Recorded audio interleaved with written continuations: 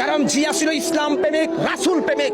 জিয়া শুধু রাজনীতিবিদ নেতা ছিলেন না, জিয়া ছিলেন ধর্মপ্রাণ মুসলমানের আইডল। আজকে গর্ব লাগে, আমাকে অনেকে চিনেন, আমি কোন নেতার তেলবাজি করি না, আমি বিএনপিও করি না। আমি শুধু শহীদ জিয়াকে ভালোবাসি একটা কারণে, কারণ তিনি ছিলেন আপোষহীন নেতা, আর তার কিছু অংশ পেয়েছেন আমাদের জননেত্রী খালেদা জিয়া। বাংলাদেশের মানুষ দুইটা ব্যক্তির জন্য অজরদারে কেঁদেছে, এক হচ্ছে আল্লামা দেলোয়ার হোসেন সাঈদী, আর এক হচ্ছে শহীদ প্রেসিডেন্ট জিয়াউর রহমান। আজকে আসেন শহীদ প্রেসিডেন্ট জিয়াউর রহমানের কিছু কথা আপনাদের সামনে তুলে ধরি। সৌদি আরবের সবচাইতে পবিত্র জায়গা আরাফাতের ময়দান, মরুভূমির বালি ছিল, যে আরাফাতের ময়দানে বিশ্বনবী জনাবে মুহাম্মদ রাসূলুল্লাহ সাল্লাল্লাহু আলাইহি সাল্লাম ভাষণ দিয়েছিলেন। সেই আরাফাতের ময়দানে শহীদ প্রেসিডেন্ট জিয়াউর রহমান নিম গাছের চারা রোপণ করে সেই সৌদি আরবকে তিনি একটি ছায়ার নিচে নিয়ে এসেছেন। আজও মাঝে মাঝে মসজিদে নববী থেকে যে খুতবা দেওয়া হয় সেটা জিয়াউর রহমানের নামে দেওয়া হয়, এবং সৌদি আরবের নাগরিকেরা ওই গাছকে জিয়া গাছ হিসাবে চিহ্নিত করেছেন। তার মানে ভালো কাজ সবাইকে দিয়ে করে না। বাংলাদেশের এমন কোন নেতা দেখাতে পারবেন না যে সৌদি আরব থেকে ওই নেতার জন্য দোয়া করে। একমাত্র প্রেসিডেন্ট জিয়ার জন্য সৌদি আরবে মসজিদে নববী থেকে শুক্রবারে জুমার নামাজের সময় খুতবা দেওয়া হয়। আজকে সেই জিয়ার আদর্শ বুকে লালন করে আমরা যেন এই দেশকে আরেকবার সামনের দিকে এগিয়ে নিয়ে যেতে পারি। অথচ স্বৈরাচার ফ্যাসিস্ট খুনি হাসিনা জিয়াউর রহমানের ইতিহাসকে চিরতরে মুছে ফেলেছেন। তিনি জিয়া আন্তর্জাতিক বিমানবন্দরকে নাম পরিবর্তন করার জন্য কোটি কোটি টাকা অপচয় করেছেন। শেষ পর্যন্ত শহীদ জিয়ার কবরকে ফ্যাসিস্ট হাসিনা সরিয়ে দেওয়ার জন্য অক্লান্ত পরিশ্রম করেছিলেন, কিন্তু তিনি সফল হন নাই। আজকে আসেন শহীদ জিয়াউর রহমান প্রেসিডেন্টের ইতিহাস বলতে গেলে কয়েকদিন কয়েক মাস লেগে যাবে, জিয়ার ইতিহাস বলে শেষ করা যাবে না। জিয়া হচ্ছে এদেশের মা মাটি মেহনতি মানুষের মণিকোঠা।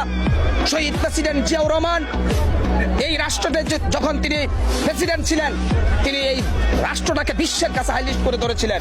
তিনি সর্বপ্রথম এই বাংলাদেশে খাল খনন করেছিলেন শহীদ জিয়া। আজকে আমরা তো জিয়ার আদর্শ বুঝি না। শহীদ প্রেসিডেন্ট জিয়াউর রহমানের আদর্শ যদি কেউ সঠিকভাবে জানে, তাহলে বাংলাদেশে কোনো নেতার টাইম নাই। আজকে সেই রাষ্ট্রপতি জিয়ার তেলবাজি করতেছি না, এই জিয়ার জন্য এদেশের মানুষ অজর ধরে চোখের পানি ফেলেছে। অথচ আরেকজন প্রেসিডেন্ট মারা গেছেন, তার জন্য মিষ্টি বিতরণ হয়েছে, মানুষ আলহামদুলিল্লাহ বলছে, একটা শয়তান বিদায় হয়েছে। অতএব এখানে যদি আপনি শহীদ প্রেসিডেন্ট জিয়াউর রহমানের মৃত্যুর পরের দিনের ঘটনা বলি, আর যদি বলি শেখ মুজিবের কথা, শেখ হাসিনা নিজের মুখে বলেছে ধানমন্ডির 32-এ 2 দিন পর্যন্ত আমার বাবার লাশ পড়েছিল, কেউ যায়নি। এবং মতিয়া চৌধুরী যে মারা গেছে আওয়ামী লীগের, সে বলেছিল যে বঙ্গবন্ধু ফেরাউন ছিল, এটা তো আওয়ামী লীগের লোকের কথা। অথচ এই শেখ হাসিনা রাষ্ট্রপতি জিয়াউর রহমানের ইতিহাসকে ছাত্র সমাজ এবং তরুণ সমাজ যেন জানতে না পারে সেজন্য ধামাচাপা রেখেছে। আর সিয়াজিমের মালিক সময় মতো শহীদ প্রেসিডেন্ট জিয়াউর রহমান এর ইতিহাস এই দেশের জনগণকে আজকে জানাচ্ছেন। কারণ জিয়া ছিল ইসলাম প্রেমিক, রাসূল প্রেমিক। জিয়া শুধু রাজনীতিবিদ নেতা ছিলেন না, জিয়া ছিলেন ধর্মপ্রাণ মুসলমানের আইডল। আজকে গর্ব লাগে, আমাকে অনেকে চিনেন, আমি কোন নেতার তেলবাজি করি না, আমি বিএনপিও করি না। আমি শুধু শহীদ জিয়াকে ভালোবাসি একটা কারণে, কারণ তিনি ছিলেন আপোষহীন নেতা, আর তার কিছু অংশ পেয়েছেন আমাদের জননেত্রী খালেদা জিয়া। এখানে দলমত নির্বিশেষে সত্যকে সত্য হিসাবে প্রতিষ্ঠিত করতে হবে। আজকে আমি জিয়াউর রহমানের জন্য প্রিয় দেশবাসী আপনাকে বলবো, আপনারা জিয়াউর রহমানের বই কিনেন, পড়েন, এবং আপনারা গুগলে সার্চ দেন, বুঝতে পারবেন শহীদ জিয়া কি ছিলেন। শহীদ জিয়ার আদর্শ চেতনার কথা বলে অন্যায় করা যাবে না। শহীদ রাষ্ট্রপতি প্রেসিডেন্ট জিয়াউর রহমান ছিলেন স্বাধীনতার ঘোষক, বঙ্গবন্ধু ছিলেন পাকিস্তানের কারাগারে, আর শহীদ জিয়া এই বাংলাদেশকে স্বাধীন করার জন্য মাঠ পর্যায়ে যুদ্ধ করেছেন এবং তিনি স্বাধীনতার ঘোষণা দিয়েছেন। সেই দিন যদি শহীদ রাষ্ট্রপতি জিয়াউর রহমান স্বাধীনতার ঘোষণা না দিতেন, এই বাংলাদেশ স্বাধীন হতো না। আজকে সেই হাসিনা জিয়াউর রহমানকে খুনি বলে অপবাদ ছড়িয়েছিল, কিন্তু আজকে হাসিনা কাপড় খুলে বাংলার জমিন থেকে পালিয়ে গেছে। মুক্ত আকাশে মুক্ত বাতাসে আজকে আমরা জিয়ার কথা বলতে পারতেছি। শেখ হাসিনা মুক্তিযুদ্ধের ইতিহাসকে মিথ্যা প্রমাণ করেছে। শেখ হাসিনা শুধু তার বাবার ইতিহাস তুলে ধরেছিল, অথচ এই দেশে আরো অনেক নেতা ছিল। শহীদ সরওয়ার্দী ছিলেন, মাওলানা আব্দুল হামিদ খান ভাসানী ছিলেন, শহীদ প্রেসিডেন্ট জিয়াউর রহমান ছিলেন। শেখ হাসিনা সকল নেতার ইতিহাসকে ধামাচাপা দিয়ে শুধু একসে দিয়ে তার বাবা বাকশাল কায়েম করেছে, বঙ্গবন্ধুর ইতিহাস তুলে ধরেছে। মনে রাখবা, যারা দুষ্কৃতকারী আছো, ইতিহাস কখনো মিথ্যা প্রমাণ হবে না। জালেমরা কিছুদিনের জন্য রাজত্ব করে, কিন্তু চূড়ান্ত জাহান্নামের অধিবাসী তারা। শেখ হাসিনা হলো জাহান্নামের নরকিট, শেখ হাসিনা ছিল শয়তান। আজকে আমি বলবো, বাংলাদেশের প্রত্যেকটা আলেম ওলামা জিয়াউর রহমানকে সম্মান করে। এর কারণ জিয়াউর রহমানের শুরু হয়েছিল বিসমিল্লাহ দিয়ে, শেষ হয়েছিল ইনশাআল্লাহ দিয়ে। আমরা সেই নেতার অনুসারী।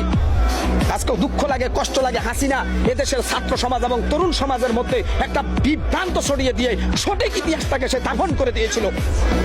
ভাগ্যের কি নির্মম পরিহাস। 5ই আগস্টের ছাত্র জনতার বিপ্লবের পরে বাংলাদেশের মানুষ সঠিক মুক্তিযুদ্ধের ইতিহাস জানতে শুরু করেছে।